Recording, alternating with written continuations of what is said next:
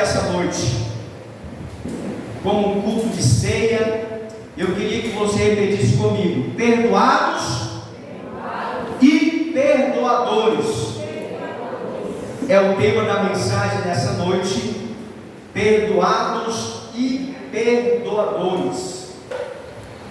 Irmãos, a parábola do credor incompassível, registrado aqui em Mateus, capítulo de número 18, vai estar ilustrando um ensinamento de Jesus sobre o perdão. Se você estudar esta parábola, você vai ver que Jesus ele vai trazer uma ilustração, um ensinamento sobre o perdão. Devemos perdoar os nossos irmãos da mesma medida que eu e você fomos perdoados por Deus. Diz para a pessoa que está ao teu lado: irmão, eu preciso te perdoar, porque Cristo me perdoou. Vai dizer para ele aí se você tem ofendido ele ou não.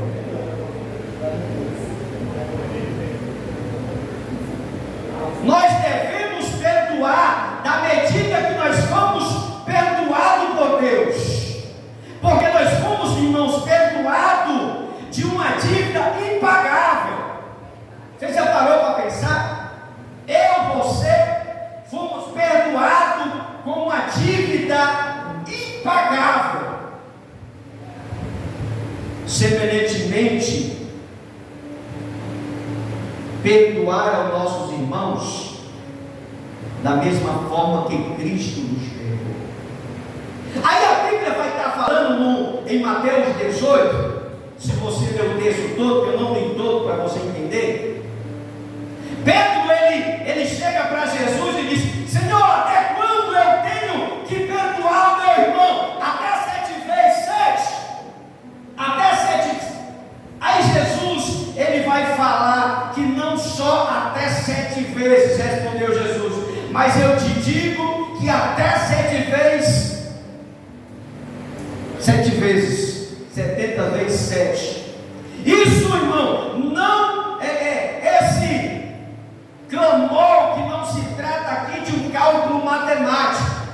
O que Jesus estava falando é que nós devemos perdoar os irmãos ilimitadamente, da forma que Jesus expressou, respondeu para Pedro que não só 7 vezes, mas até muito mais do que isso.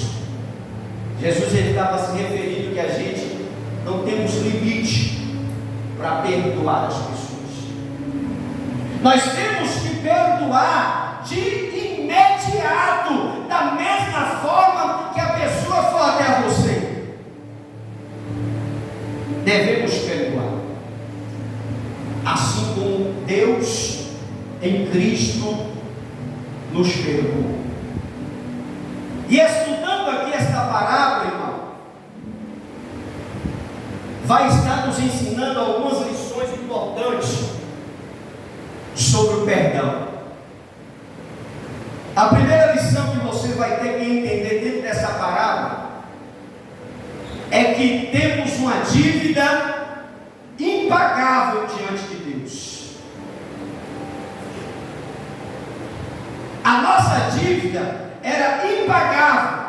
Jesus ele ilustra esta realidade dizendo que um servo ele foi trazido até a presença do rei para um prestamento de conta. E aquele homem ele devia 10.000 talentos. Ele devia 10.000 talentos. Esse era um valor astronômico, porque um talento naquela época correspondia 35 quilos de ouro. Tratava-se, portanto, de 350 mil quilos de ouro que aquele homem estava devendo. Ninguém podia dever tanto naquela época e naquele tempo. salário de um trabalhador era de 1 denário por dia. Então, para aquele homem pagar aquela dívida, ele tinha que trabalhar 150 mil anos para tentar pagar a dívida. Agora, por que Jesus usou essa cifra exagerada? Sabe por que Jesus usou essa cifra exagerada desse servo? É para mostrar que a nossa dívida diante de Deus é impagável. Por isso que Jesus fala essa ilustração. Porque não tinha como ninguém pagar uma dívida de 350 mil quilos de ouro ganhando 1 denário por dia. Aí Jesus ele faz essa ilustração só para mostrar que a dívida com Deus é uma dívida impagável. Esse é o primeiro ponto para você entender. O segundo lugar, somos perdoados por causa da graça de Deus. Isso é os pontos que nós vamos aprender dessa ilustração, nessa parábola. O perdão não é um merecimento, é graça. O servo devedor, ele não exigiu nada. Ele suplica por misericórdia, não reivindicando o seu direito. Ele roga ao seu favor. Ele roga clamando por misericórdia. Ele não estava reivindicando o seu direito, ele rogava, nem estava rogando por si mesmo, porque ele tendo uma dívida impagável, ele foi perdoado pelo rei. E de igual modo, Deus nos perdoou não porque nós merecíamos. Deus ele nos perdoou porque ele é misericordioso. Glória a Deus, aleluia. Deus não nos perdoou não porque merecíamos, não na base do perdão, porque nós não merecíamos, mas ele nos perdoou por causa da sua graça divina e do seu grande amor. E em terceiro lugar, eu e você fomos perdoados para também perdoar. Os pecados, os perdoados devem perdoar. O que recebe a graça deve também ser um canal de misericórdia para outras pessoas. Se você recebeu perdão, você tem que ser um canal de misericórdia aos que recebem perdão, deve também ceder o perdão. O perdão, irmão, ele não pode ser sonegado. O rei, ele ficou tão irado, o rei, ele ficou tão chateado com o servo que foi perdoado, que ele recusou a perdoar o seu conselheiro. Ele ficou chateado. O rei, depois que ele ficou sabendo que ele perdoou uma dívida impagável, enquanto o conservo deveria um valor simbólico, ele ficou irado. Ele disse: não. Ele ficou furioso. Ele ficou irado porque ele não teve misericórdia de perdoar o seu conservo. E nunca teremos. E nós não existe justificativa para não perdoar. Não vou perdoar ele não, porque foi ele que mexeu comigo. Irmão, não existe justificativa para o perdão. Quem conheceu a graça, quem conheceu o amor de Deus, ele não deve negar o perdão a ninguém. É difícil, né? Você tem que ouvir ouvir isso, você pode estar dizendo, pastor, mas só eu que sabe o que foi que eu passei, né? Não interessa o que passei, o que passamos ou o que iremos passar. Para nós chegar lá, a gente vai ter que amar, Diácono Eduardo, até os nossos inimigos. Irmão, o Evangelho não é para quem quer, o Evangelho é para quem tem coragem de renunciar a tudo. Porque a Bíblia fala que muitos são chamados, mas poucos é o que vai chegar lá. Porque quantas pessoas estão negando perdão ao próximo? Não existe justificativa para não perdoar, pois devemos perdoar assim como Deus em Cristo nos perdoou. E hoje, como culto de ceia, você não pode simplesmente vir aqui tomar uma ceia sem perdoar o seu irmão. Pastor, mas fala um bocado de tempo que eu estou com raiva com aquele irmão, aquela irmã, e eu tomo. Paulo ele vai escrever as cartas aos Coríntios, que se você tomar o cálice indignamente, você tomará condenação para si mesmo. Aí mais na frente, Paulo ele vai dizer que é por isso que há entre vós muitos fracos, muitos doentes e até alguns que dormem. Quando a Bíblia fala dorme, ele está se referindo ao sono da morte. E hoje, como culto de Santa Ceia, eu não posso sonegar o perdão para mim. Eu não posso simplesmente, Diácono Eduardo, ignorar a misericórdia daquela pessoa que está querendo pedir perdão ao pastor, ou a irmã, ou o irmão, seja lá quem for. É a obrigação nossa como servo de Deus, conhecedor da palavra, conhecedor da graça salvadora de Jesus, ceder ao perdão àquele que clama por misericórdia. E assim como o rei foi irado, eu não consigo entender como foi que ele não teve misericórdia deste homem. Então, em terceiro lugar, somos perdoados para perdoar. É simples. Em quarto lugar, quando você nega perdão, você se entrega aos flageladores, aqueles que o maltratam.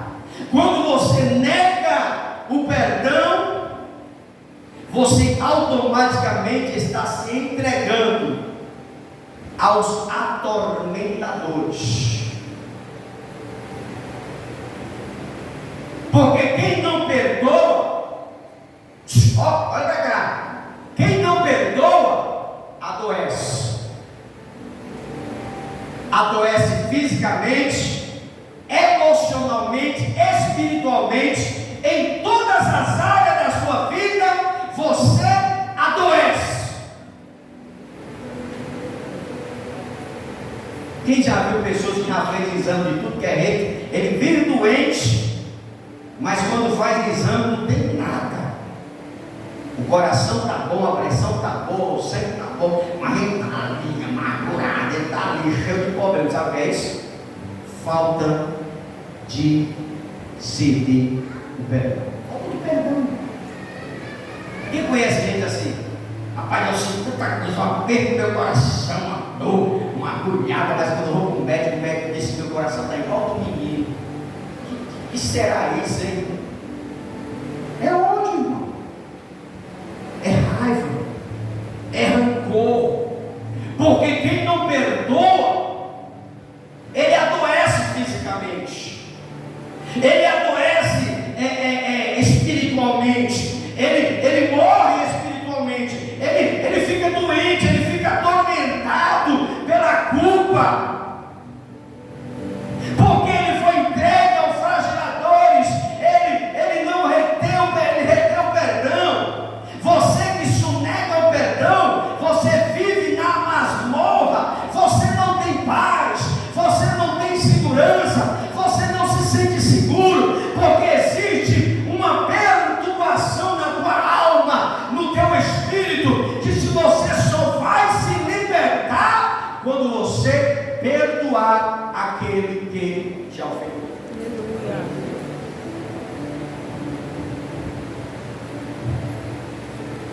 porque você vai ser atormentado pela culpa, porque não perdoa. Quem não perdoa não tem paz. Quem não perdoa, olha para cá, quem não perdoa, ele não pode orar. Eles podem orar todo dia, mas as suas orações não são respondidas. Porque tem crente que se faz diabetes da terra. Ele tem ódio, ele tem raiva, mas está lá. A paz do Senhor para todo mundo. Não está dizendo nada, irmão. Aí ele pode até orar, que a igreja pode tremer, mas não tem resposta. Porque na oração do Pai Nosso está bem específico lá.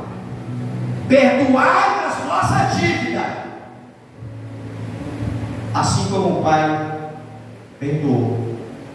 A oração do Pai Nosso, irmão, fala em todas as áreas. Ele é o provedor do pão, Ele é o Deus do perdão, Ele é o Deus da misericórdia. Agora, como é que Deus vai perdoar a tua dívida se tu não consegue perdoar o teu irmão?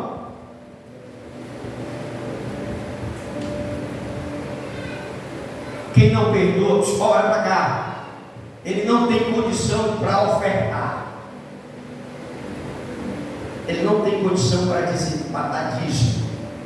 Ele não tem condição para nada na igreja. Ele está na igreja, mas a vida dele não melhora, ele não cresce, ele não prospera, ele não tem nada. Ele diz: eu sou crente, eu estou tanto na igreja, mas a vida não muda. Mas como é que muda se a oração dele não é respondida por causa do ódio, por causa da revolta, por causa da fúria? Diz para a pessoa que está do teu lado: irmão, para tu chegar lá, o caminho é estreito.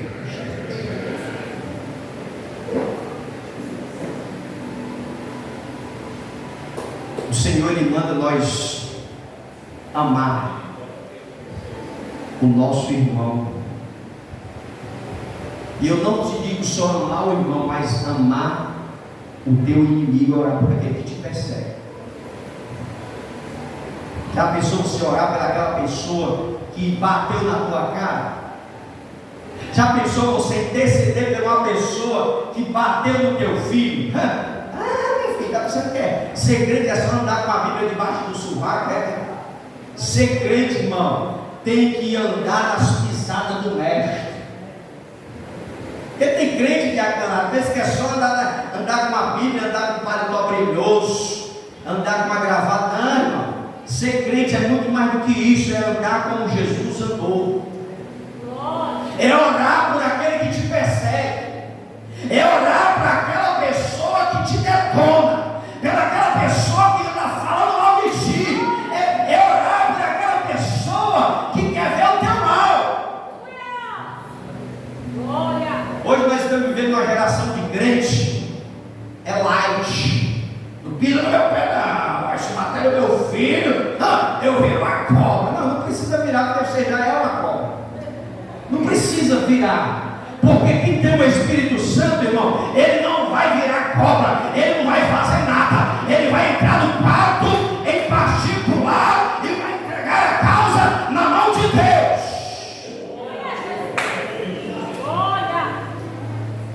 Irmão, nós aqui no Brasil não sofremos nada.